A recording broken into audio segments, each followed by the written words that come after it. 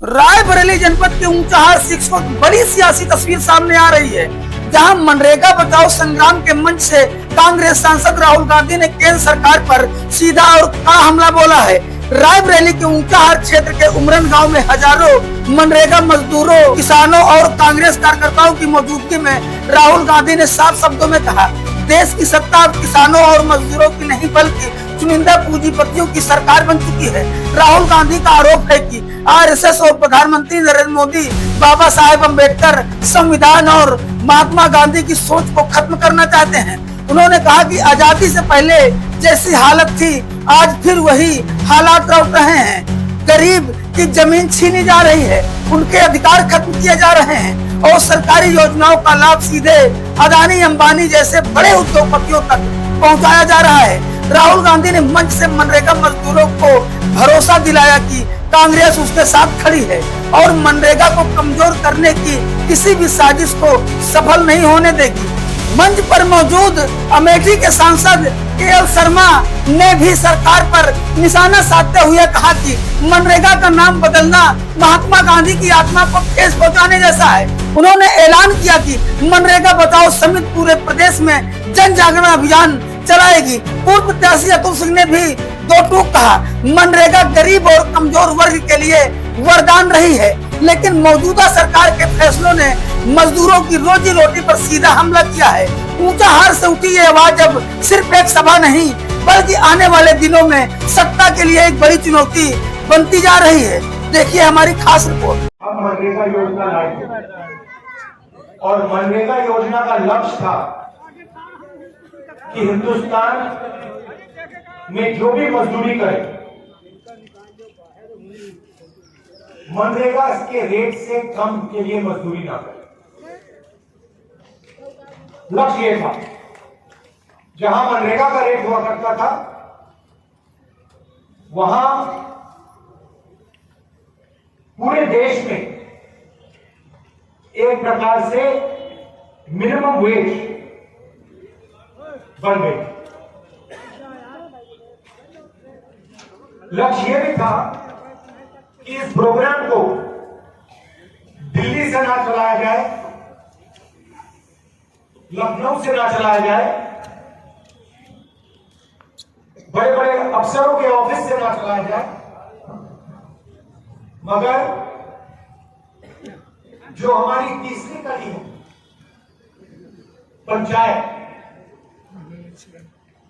पंचायत से ये योजना चलाई जाए, ये लक्ष्य है। और आइडिया था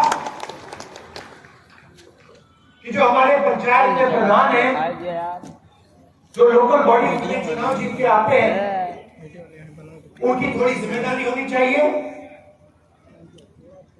और फाइनेंशियल डिसीजन मनरेगा के उनके हाथों में होने चाहिए।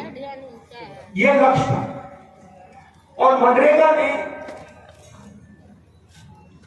मजदूरों की, गरीब लोगों की जबरदस्त मदद की। लाखों लोगों को इस योजना ने गरीबी से निकाला है। गांव का इंफ्रास्ट्रक्चर बना, सड़कें बनी, छोटे पुल बने, तालाब बने, तो सारे के सारे गरीब लोगों को फायदा हो और यह अधिकार था।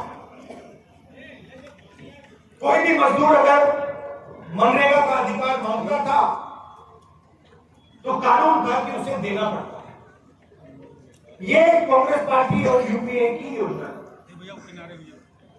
लोकसभा में नरेंद्र मोदी ने कुछ साल पहले कहा, मजाक उड़ाते हुए मनरेगा के बारे में कहा कि देखिए इस योजना से किसी को फायदा नहीं होता और मनरेगा को खत्म करने की कोशिश की। मगर हिंदुस्तान के गरीब लोगों ने जोरों से अपनी आवाज रखी और मनरेगा बच गया।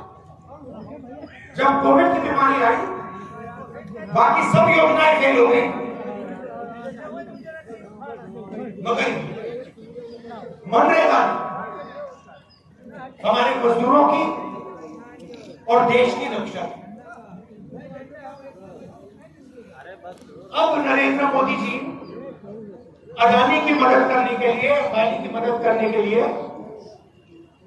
चाहते हैं कि ये योजना खत्म हो जाए और जो पैसा हमारी बहनों को जाता है, मजदूरों को जाता है, वो सीधा अंबानी अदानी जी बड़े बड़े उद्योगपतियों के यहां पहुंच जाए। सामने से तो कर नहीं सकते, तो आस्ते आस्ते मनरेगा का गला घोट गया।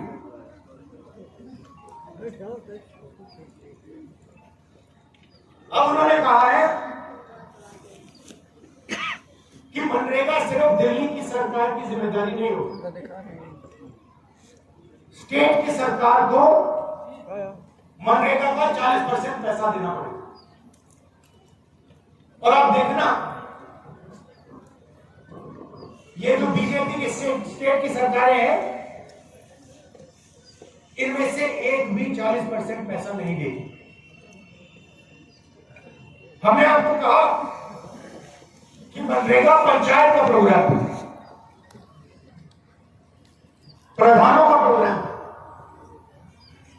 अब मनरेगा को वो ब्यूरोक्रेट्स के माध्यम से चलाते हैं। आपको टाइम पे पैसा नहीं देते,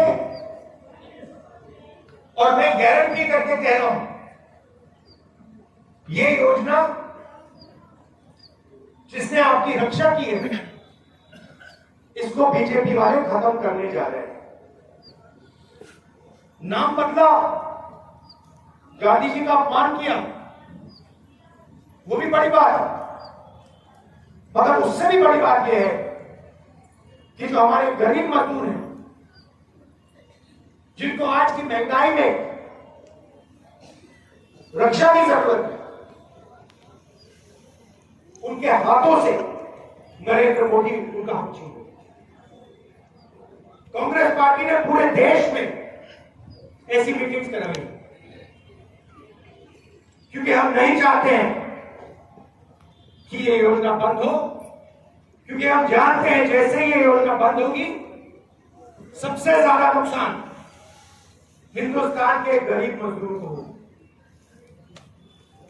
और हम सारों की जिम्मेदारी है, जिनको योजना का फायदा मिलता है, कांग्रेस पार्टी के सारे कार्यकर्ता, सारे के सारे नेता, हम सारों की जिम्मेदारी है कि हम इस योजना को बंद नहीं होने दें।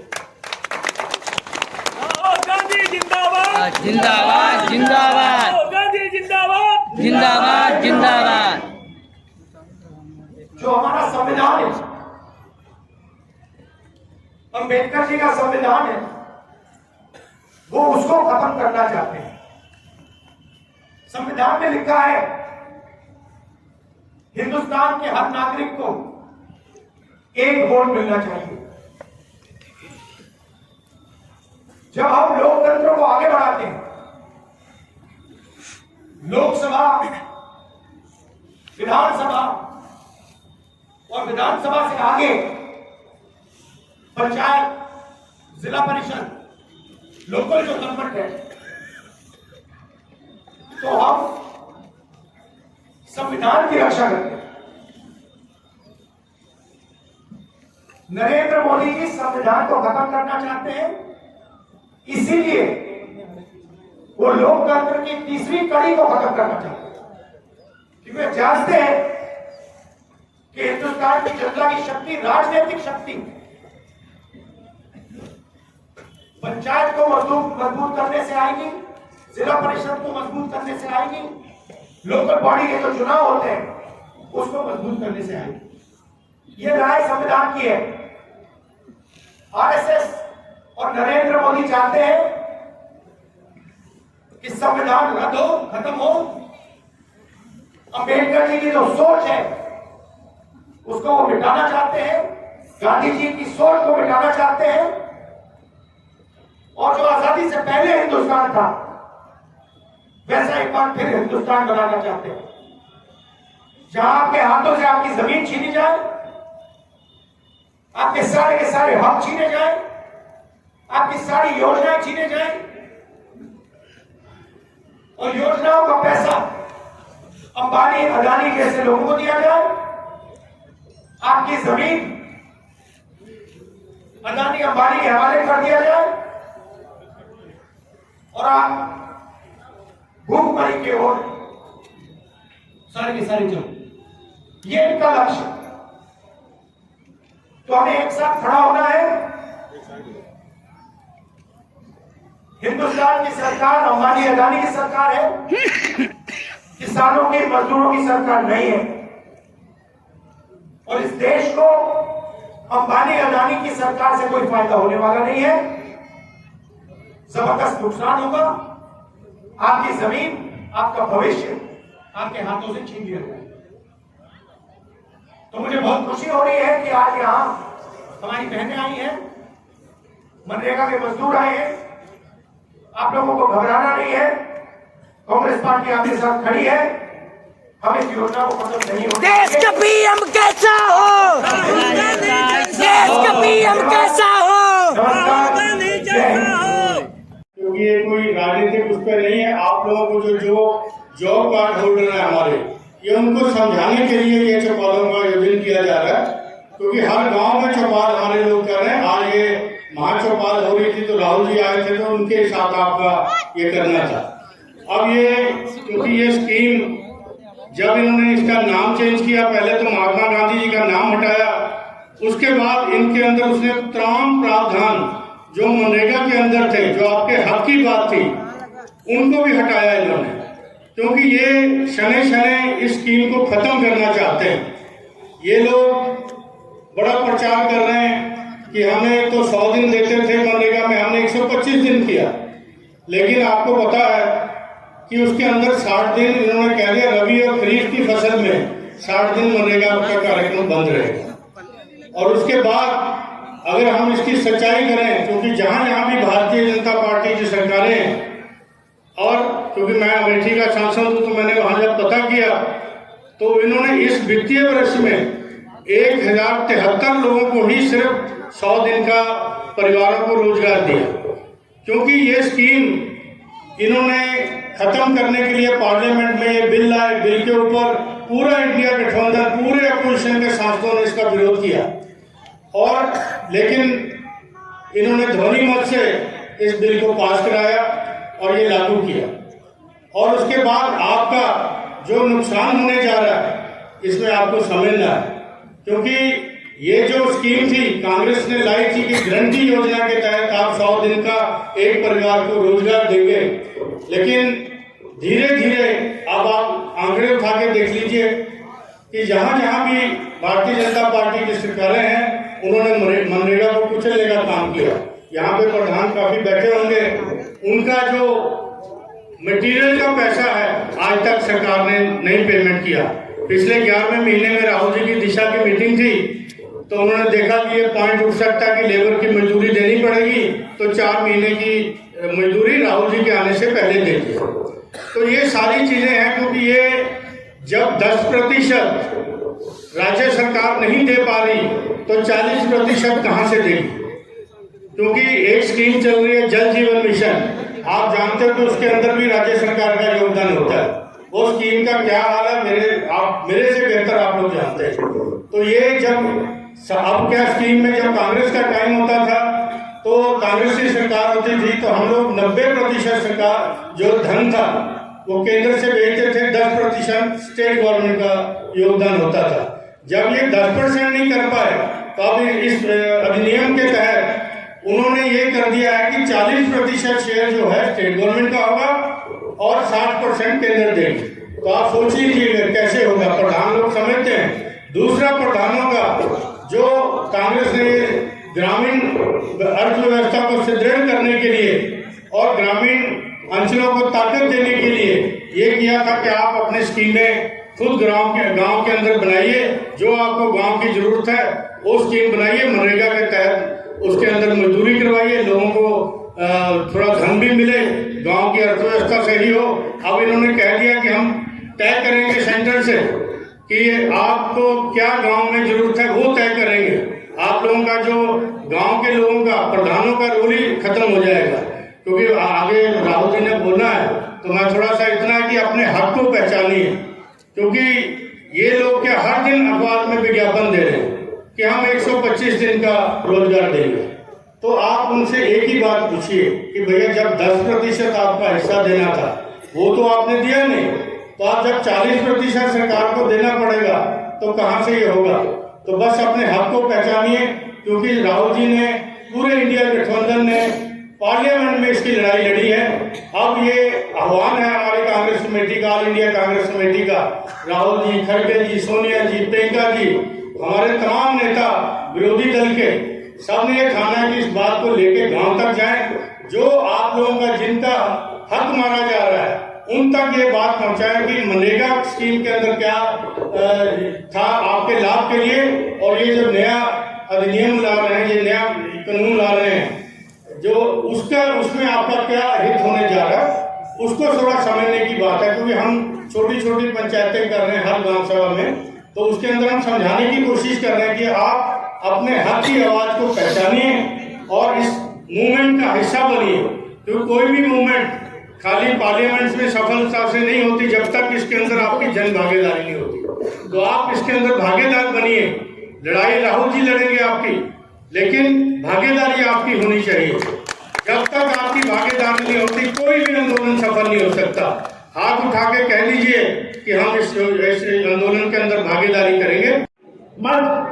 आज जो आप सब यहाँ हजारों की संख्या में आप सब आए हैं, आप सब जानते हैं मोदी सरकार एक नाम बदलने वाली सरकार है। इनको सिर्फ नाम बदलने से मतलब है गरीबों के कैसे खाना मिले, कैसे रोटी मिले, कैसे दवाई मिले, कैसे इनके इलाज हो, इनको कोई लेना देना नहीं है। क्योंकि मैं आपके घर और परिवार का हूँ, आपके बीच लगातार लगा रहता हूँ, 5 साल से सेवा कर रहा हूँ, आप सबका सुधार लेता रहता हूँ। आज हम सब दिन हमारे नेता जननायक जी उपस्थित हैं, आज आप सब उनको सुनेंगे। मैं एक बार पुनः कहूंगा, इस सरकार को फाड़ फेंकने के लिए 2027 में उत्तर प्रदेश में इंडिया गठबंधन कांग्रेस पार्टी की सरकार बने। आप सब साथ आइए, एक बार हाथ जोड़ के अनुरोध करते हैं, जननायक राहुल गांधी जी, जननायक राहुल गांधी जी। आज हम लोग यहाँ पर इस सरकार की खिलाफत में मनरेगा बचाओ की तहत एक खास करके जो मनरेगा के मजदूरी करते हैं महिलाएं और पुरुष, उस तबके को हम लोगों ने ज़्यादा यहाँ इकट्ठा किया है। क्योंकि अब ये धीरे धीरे सरकारें आपके अधिकार छीनती चली जा रही हैं। अब कभी तहसील प्रशासन कहता है कि ये जमीन अब आपकी नहीं है और 70 साल से उस घर में रह रहे थे, उसमें बुलडोजर चला के ढेल दिया जाता है। कभी आप अपना 6-6 महीने से लोगों को मनरेगा में जो काम किया है उसका पैसा नहीं मिल रहा है, मांगने जाइए तो उसको डांट के वहां से भगा दिया जाता है, और ना कोई रोजगार का अब सृजन हो नहीं रहा। अगर आप लोग लड़ेंगे नहीं तो धीरे धीरे ये सरकार आपके सारे हक छीनती चली जा रही है। उसमें आपके मनरेगा में भी जो उन्होंने दिया है कि हम 125 दिन देंगे, 100 दिन हम लोग पहले गारंटी से आपको रोजगार देते थे, इन्होंने 125 दिन में गारंटी 1 दिन की नहीं ली। तो आप समझ जाओ कि सिर्फ ये चोचले हैं और ज्यादा समय नहीं लूंगा। आगे से अभी भाई साहब और राहुल जी आपको संक्षेप में पूरा समझाएंगे। धन्यवाद, जय हिंद।